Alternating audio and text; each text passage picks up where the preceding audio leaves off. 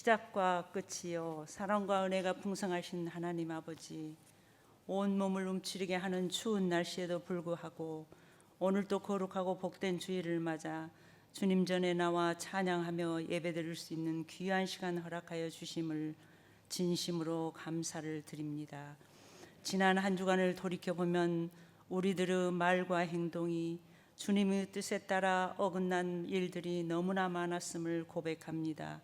주님께서는 서로 아끼며 사랑하라 하셨지만 저희는 아직도 주님의 제자된 도리를 다하지 못하고 자신의 욕심만을 채우며 살고 있고 남의 탓만 하면서 자기 자신을 돌아보지 못하고 살아옴을 용서하여 주시옵소서. 지금은 주님이 이 땅에 태어나심을 기다리는 대림절 셋째 주일입니다. 죄 많은 우리들을 구속하기 위하여 천하고 겸손하게 오신 주님을 기다리는 저희에게 이해하는 마음, 사랑하는 마음, 겸손한 마음을 주시어 모든 사람이 구원을 받게 되는 나를 앞당기게 하여 주시옵소서. 아직도 높은 자리에 오르기를 원하고 대접받기를 원하는 저희들의 모습들이 이제는 주님처럼 낮아지고 겸손하며 온유한 심령이 되도록 인도하여 주시옵소서.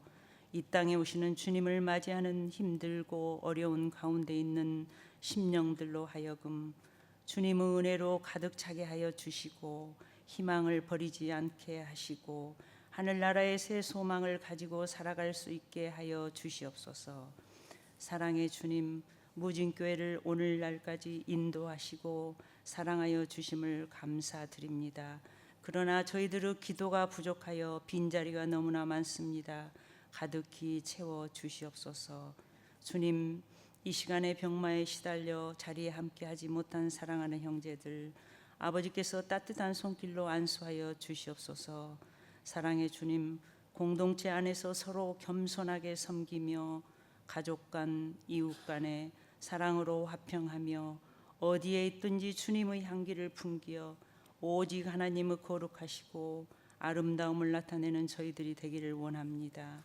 믿음을 붙잡고 참고 인내하는 자에게 승리의 면류관을 주신다고 하셨으니 환난, 질병 모두 물리쳐 주시고 오늘 예배드리기 위해서 이 자리에 함께한 성도들, 가정 아버지께서 함께 하시고 이 시간 하늘의 영적 메시지를 전하시는 목사님에게 성령의 전신 갑주를 덧입혀 주시고 말씀으로 하늘 양식을 공급하실 때 성령의 떡을 먹은 성도들이 새 힘을 얻고 세상에 나가 생활을 할 때 빛과 소금의 역할을 다하게 하시옵소서.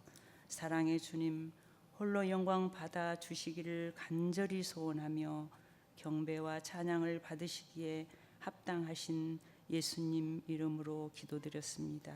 아멘. 신약성경 35쪽 마태복음 21장 33절부터 46절까지 교독하겠습니다.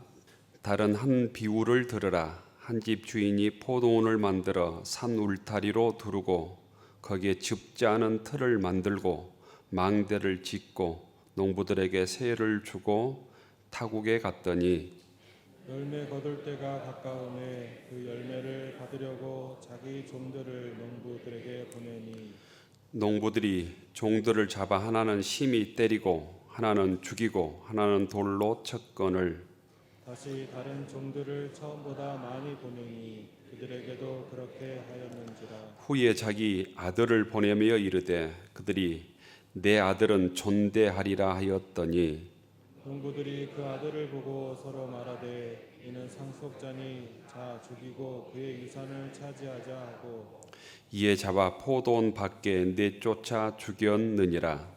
그러며 포도원 주인이 올 때에 그 농부들을 어떻게 하겠느냐.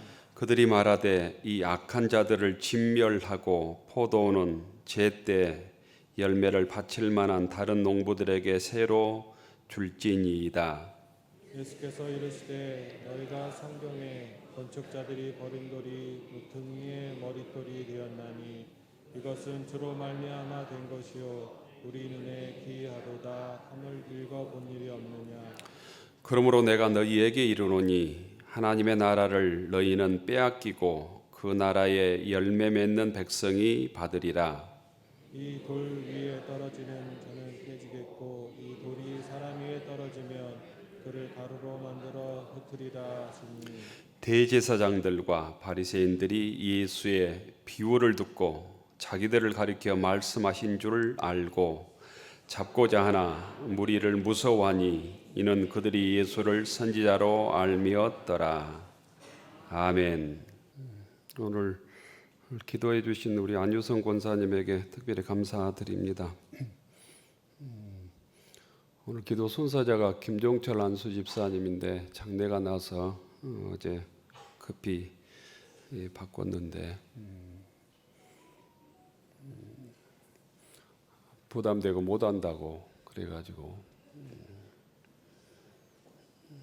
이렇게 기도를 은혜롭게 잘해 주셔서 감사하고, 한국 사람들은 말을 믿지를 못하면 속과 말이 달라서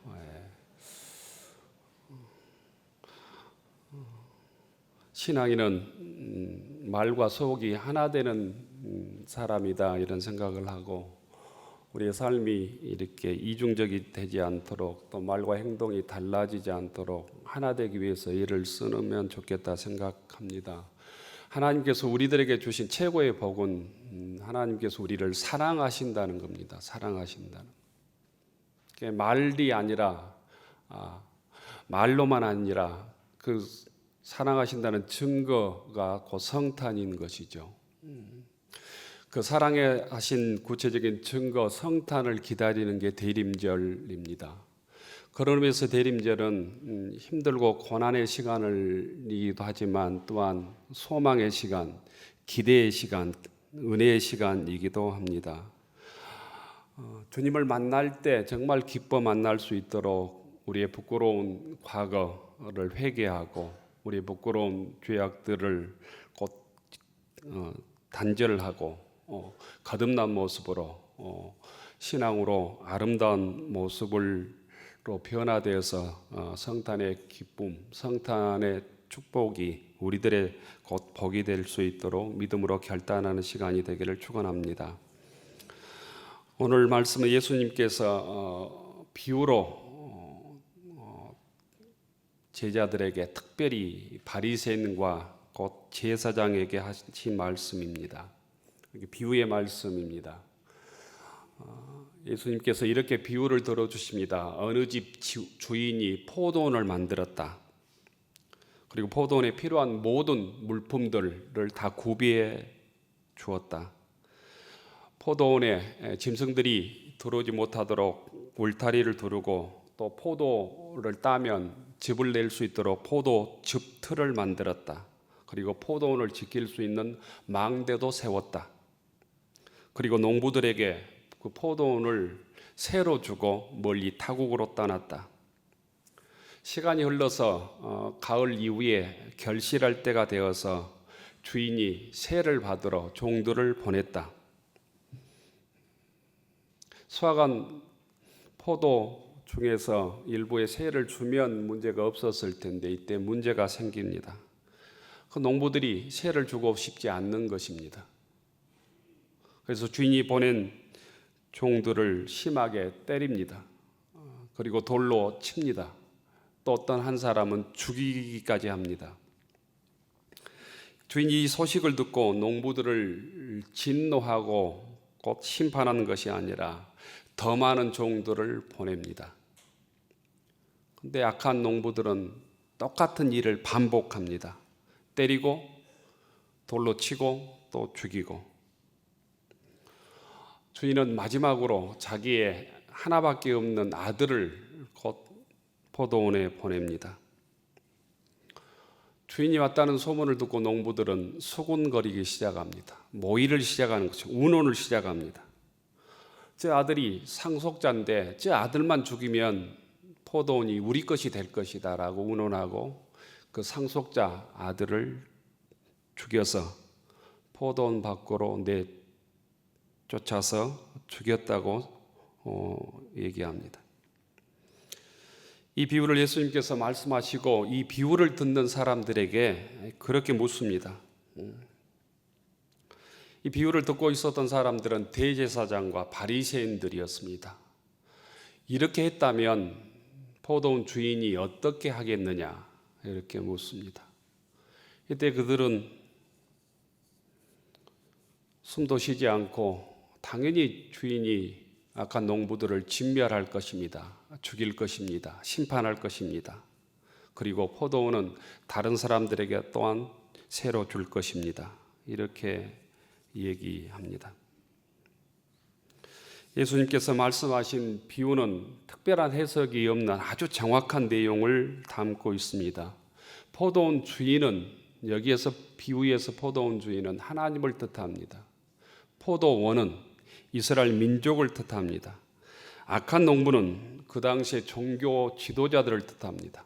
구체적으로 제사장, 서기관, 바리새인, 유대인의 장로를 뜻합니다. 이 사람들이 직접 예수님의 비유의 말씀을 눈앞에서 듣고 있었던 사람들입니다. 포도원 주인이 보낸 종들은 구약 시대의 애언자들, 선지자를 뜻합니다. 상속자인 아들은 예수님을 뜻하고 있습니다. 이 비유는 하나님의 선한 뜻을 도리어 악으로 갚는 악한 농부들, 종교 지도자들에 대해서 곧 대한 심판을 말하고 있는 것이죠. 이 비유를 통해서 몇 가지 우리에게 주시는 주님의 음성을 들어야 되는데, 첫째는 하나님의 크신 사랑이 이 비유에서도 나타납니다. 하나님의 크신 사랑은 포도원 주인처럼 포도원을 만들고 모든 것을 갖추어서 곧 이스라엘 민족에게 맡긴다는 거죠. 농부들에게 맡긴다는 것입니다. 산울타리를 만들고 집다는 틀도 만들고 망대까지 세웁니다. 포도원에 필요한 모든 것을 준비해 주십니다. 하나님께서는 포도원의 주인처럼 우리들에게 일을 맡길 때 그 일을 잘 감당할 수 있는 능력을 주신다는 거예요. 그냥 포도원만 맡기고 알아서 농사지어라 이렇게 말하지 않고, 짐승이 들어오지 못하도록 울타리를 치고 집짜는 틀을 주고 망대를 세워주신 것처럼, 하나님께서 우리를 불러주시고 직분을 맡기실 때는 직분을 감당할 능력을 주신다는 거예요.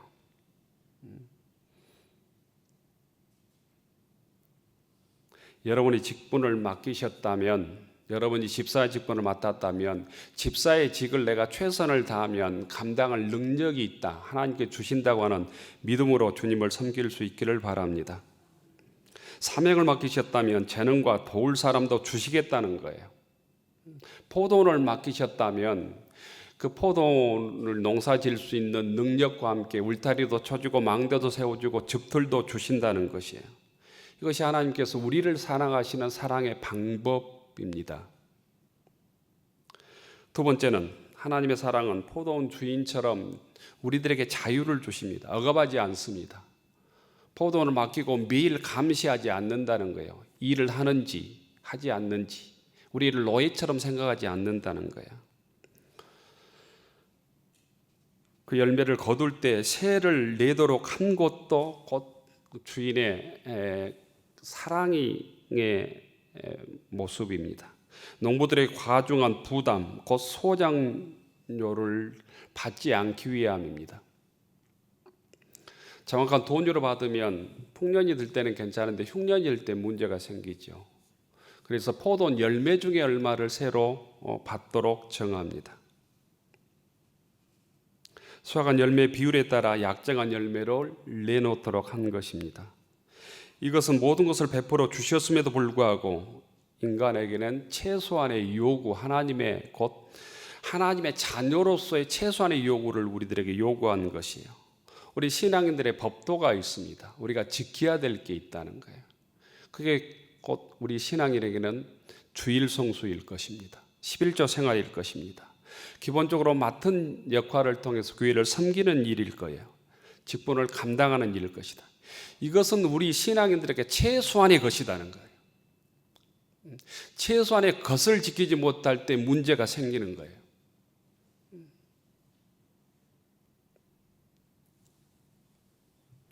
하나님께서는 가능한 우리에게 자유를 주시려고 멀리 곧 타국으로 떠났다고 주인은 얘기하고 있습니다.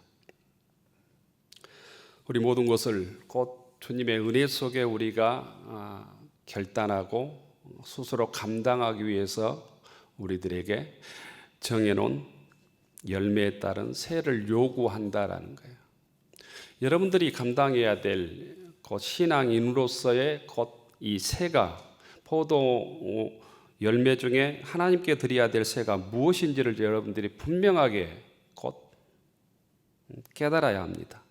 또 내 인생에 있어서 하나님께 드려야 될 세가 어떤 것인지를 분명하게 알고 계셔야 합니다.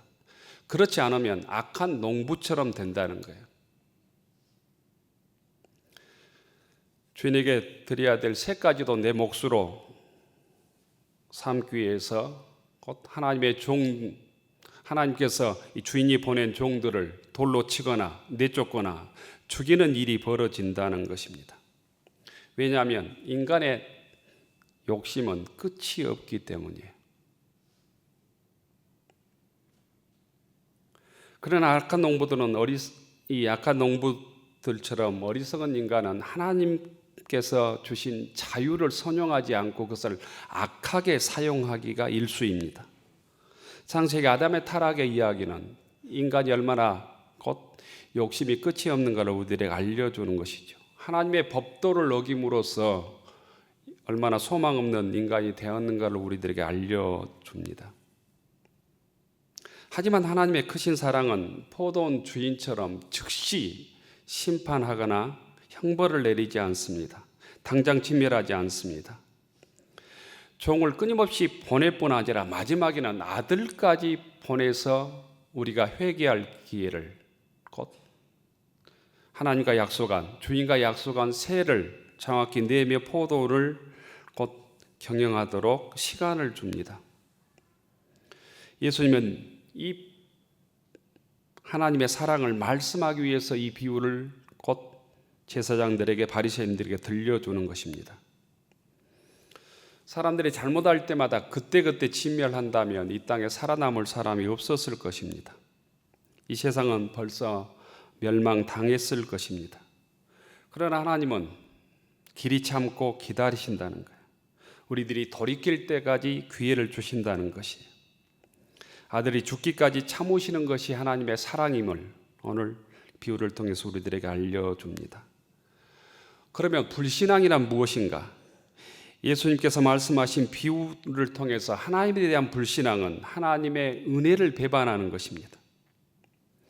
악한 농부는 포도원 주인의 신뢰를 저버리고 그 은혜를 배반합니다. 곧 신앙인으로서 사는 길을 포기해버리는 거예요. 이런 악한 농부의 배신은 하나님의 은혜를 저버린 인간의 불신앙을 보여주는 것입니다. 불신앙은 하나님에 대한 의무를 이행하지 않는 거예요. 우리가 모든 포도원을 받았습니다. 그럼에도 불구하고 하나님과 정한 포도 열매 세를 내지 않고 그것까지 사유하려고 하는 욕심, 이게 불신앙이라는 거예요. 농부는 주인과 약속한 세를 내고 자유를 누리는 것이 가장 자기 삶을 지키고 행복한 삶이었습니다. 그럼에도 불구하고 악한 농부들은 주인과 약속을 파기해 버리고 주인을 배반합니다. 물고기는 물속에 있을 때 가장 자유로운 것처럼 하나님의 피조물인 인간은 하나님 안에서 우리가 살아갈 때 가장 자유롭고 행복한 삶을 누릴 수 있습니다. 이게 곧 하나님의 법칙입니다. 우리가 다시 기억해야 합니다. 하나님의 법 안에서 우리가 가장 자유롭고 기쁨을 누리고 행복할 수 있다고 하는 사실을 우리가 신앙생활하면서 믿어야 합니다. 그럴 때만이 바르게 신앙생활할 수 있다는 거예요. 불신앙은 하나님의 경고를 무시하는 것입니다. 돌이킬 기회를 잊어버리는 것입니다. 농부들은 주인이 보낸 종들을 때리고 돌로 치고 죽입니다. 거듭거듭 주인은 다른 종들을 보냅니다. 포도원 주인이 종을 보내는 것은 그 악한 농부들이 회개할 기회를 주려고 한 것입니다. 스스로 돌이켜서 자기의 잘못들을 회개하기 위함이다라는 거예요. 그런 악하고 어리석은 농부가 마지막까지 악을 저질렀을 때 곧 돌이킬 기회를 잊어버리게 되는 것이죠. 세 번째 불신앙은 하나님의 것을 자기의 것으로 만들려고 하는 것이 불신앙입니다. 농부들은 아들을 죽이고 포도원을 차지하려고 합니다. 사람들은 어리석게도 하나님의 것을 사유화하려고 합니다. 요즘 말로 얘기하면 공공의 것을 사유하려고 하는 것이라. 공공의 것을, 함께 누려야 될 것을 나 혼자 누리겠다, 사유하는 것이 죄악이에요. 선악과는 공공의 것입니다. 공공의 것. 누구도 범죄하지 않아야 될, 함께 지켜야 될 가치인 것이죠. 이걸 사유할 때 인간은 타락하게 되는 것입니다. 여러분들의 삶 속에서 하나님께 드려야 될 것을 드리지 못하면 인간은 타락하게 되어 있습니다. 절대로 그것이 내 욕심을 채워주지 못합니다. 여러분이 하나님께 드려야 될 시간, 물질 또는 이웃을 위해서 드려야 될 봉사, 나눔, 이것들을 사유하고 나를 위해서 사용할 때 그것 때문에 내가 행복하지 못하다는 거예요. 그 유혹이 선악과 유혹처럼 강렬하지만 그것을 먹을 때 인간은 타락합니다. 하나님의 은혜로서 벗어나게 된다는 거예요. 나도 모르는 사이에 올 한 해 동안 하나님의 것, 공공의 것, 이웃을 위해서 나눠야 될 것을 내 것으로 쓰고 있지 않는지 점검해야 합니다. 이걸 결단하지 못하면 절대로 신앙은 발전하지 못합니다. 하나님의 은혜를 체험치도 못합니다. 화인만인 양심이 되는 것이죠. 이 사이가 갈수록 정글 사이가 되고 각박하게 되는 것은 공공의 것을 사유하는 사람들이 많아지기 때문이에요. 신앙인들도 마찬가지입니다. 신앙의 공공화, 하나님께 같이 누려야 될 것, 같이 나눠야 될 것이 어떤 것인가를, 그것을 하나님께 드리고 나눌 때 우리의 신앙은 공고해지고 튼튼해지고 세상의 유혹을 이겨내게 되는 것입니다. 오늘 예수님의 비유는 우리들에게, 바리새인들에게, 서기관들에게 마지막 기회가 주어져 있다는 것을 알려줍니다. 주님께서 이 비유를 말씀하신 때가 십자가에 달려 죽으시기 얼마 전입니다. 예수님께서는 자신의 죽음을 예견하시면서 악한 농부 같은 유대인 지도자들에게 하나님의 진노의 때가 다가오고 있으니 곧 예수님을 죽이려고 하는 악한 음모를 처리하고 회개하고 하나님의 말씀에 순종하라고 이 비유를 말씀하십니다. 하지만 유대 지도자들은 그 예수님의 가르침을 외면합니다. 악한 농부들처럼 하나님의 아들을 불과 며칠 후에 십자가에 못 박습니다. 하나님의 심판이 눈앞에 와 있다는 사실을 알려주기 위해서 이 비유를 주님께서는 직접 입으로, 눈으로 보면서 그들에게 말씀하시고 있는 것입니다. 이 비유의 내용은 아들까지 죽이죠. 그러므로 포도원 주인은 악한 농부를 진멸하기 위해서 오고 있는 것입니다. 악한 농부를 진멸하기 위해서 특단의 조치를 내릴 단계에 이른 것이죠. 지금이라도 당장 회개하고 돌이키라는 거예요. 이 대림절은 주님의 성탄을 진정으로 맞이하기 위해서는 돌이키고 회개해야 된다는 기간입니다. 이 대림절에 돌이키지 못하면, 회개하지 못하면, 거듭나지 못하면, 내 삶을 정비하지 못하면 성탄의 기쁨이 있을 수 없다는 거예요. 이 비유를 들은 대제사장들과 바리새인들은 이 비유의 내용을 너무나도 잘 알고 있었습니다. 예수님께서 말씀하신 이 비유의 내용을 잘 알고 있었습니다. 그래서 45절에 보면 예수의 비유를 듣고 자기들을 가리켜 말씀하신 줄 알고 잡고자 하나 무리를 무서워하니 이는 그들이 예수를 선지자로 알미더라, 이렇게 말씀합니다. 비유의 뜻을 알고도, 예수님께서 어떤 목적으로 하신 말씀의 뜻을 알고도 돌이킬 마음이 없었다는 것입니다. 그래서 그들은 멸망당하는 것입니다. 그래서 이스라엘 민족은 곧 유대 전쟁을 통해서 로마로부터 완전히 AD 70년에 역사적으로 멸망한 거예요. 예수님은 포도원의 악한 농부들의 비유를 말씀하신 후에 결론을 이렇게 내립니다. 42절입니다. 42절을 함께 한번 읽어 보십시다. 시작. 예수께서 이르시되 너희가 성경에 건축자들이 버린 돌이 모퉁이의 머릿돌이 되었나니 이것은 주로 말미암아 된 것이요 우리 눈에 기이하도다 함을 읽어본 일이 없느냐. 하나님은 이스라엘 백성을 선택했습니다. 그래서 이스라엘 백성들을 선민이라고 부릅니다. 이스라엘 민족을 통해 하나님께서는 메시아를 보내주셨습니다. 하나님을 섬기는 사람의 대표들이 제사장들이요, 서기관들이요, 바리새인들이요, 백성의 장로들입니다. 하지만 그들은 메시아를 알아보지 못했습니다. 또 알았지만 배척했습니다. 메시아 곧 그리스도이신 예수님은 건축자가 버린 돌 같은 존재가 되었다는 것. 메시아가 결국 이스라엘 민족으로부터 버린 돌 같은 존재가 되고 말았다는 거예요. 예수님께서는 이스라엘 민족의 집에 영적 머릿돌로 오셨지만 그들은 예수님을 메시아로 받아들이지 않고 버린 돌처럼 십자가에 죽였다는 거예요.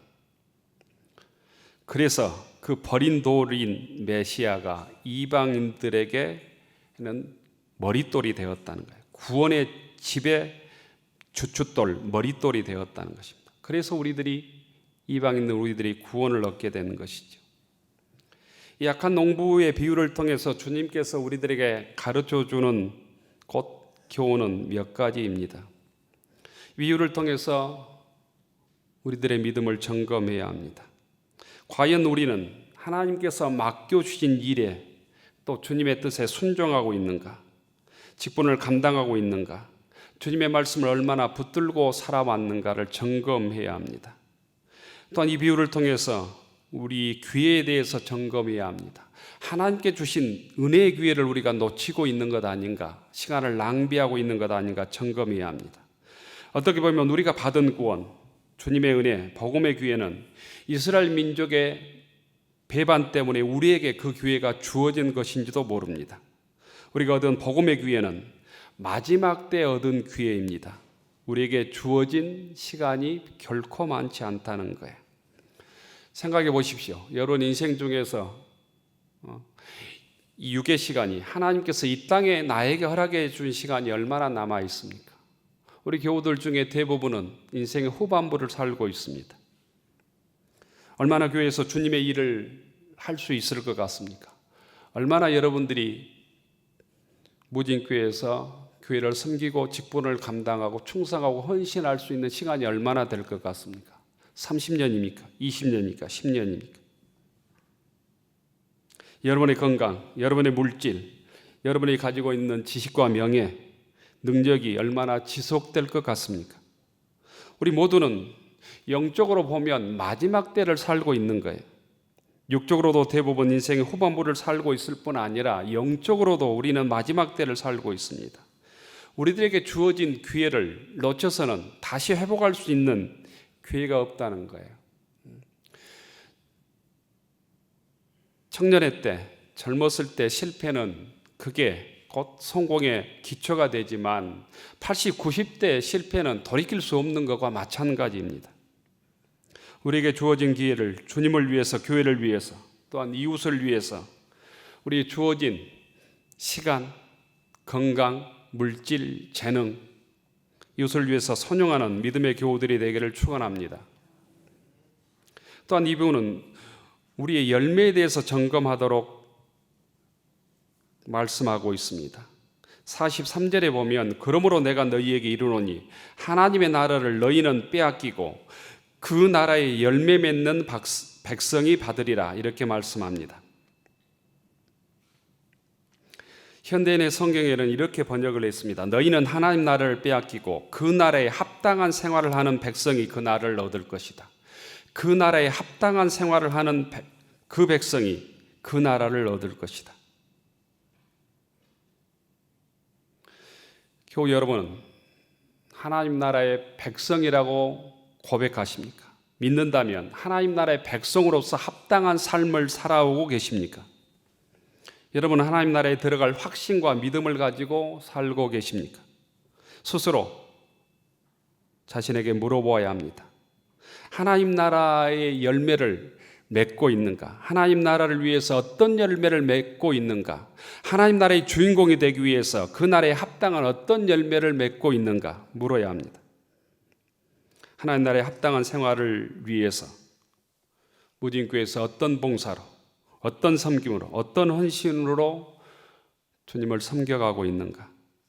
이 물음에 담대하게 대답할 수 있을 때만 우리가 하나님 나라의 주인공이 될 것입니다. 하나님 나라의 백성으로 살게 될 것입니다.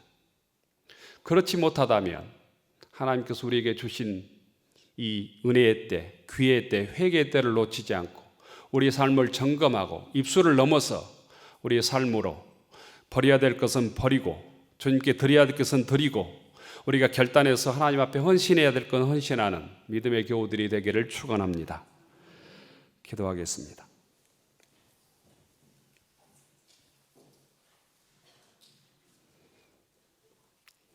악한 농부의 삶을 저희들 회개하고 돌이키게 하옵소서. 사랑의 하나님께서 우리에게 회개할 기회, 돌이킬 기회를 이 대림절을 통해서 저희들에게 주셨습니다. 이 시간의 때, 기회의 때를 놓치지 않고 돌이키게 하셔서 하나님 나라의 주인공으로 쓰임받게 하옵소서. 예수님 이름으로 기도 올리옵나이다. 아멘. 하늘 우러러 축원하옵나니 이제는 우리 주 예수 그리스도의 넘치는 은혜와 하나님 아버지의 극진하신 사랑하심과 우리 함께 하시며 우리를 지키시고 우리를 인도하시는 보혜사 성령의 감동 감화 역사하심이 하나님 나라에 합당한 열매를 맺어 구원받는 하나님의 자녀로 살아가기로 다짐하는 무진교회 교우들 머리 위에 우리의 가정과 일터 위에 우리의 자녀들 위에 이제로부터 영원까지 함께하여 주시기를 간절히 축원하옵나이다. 아멘.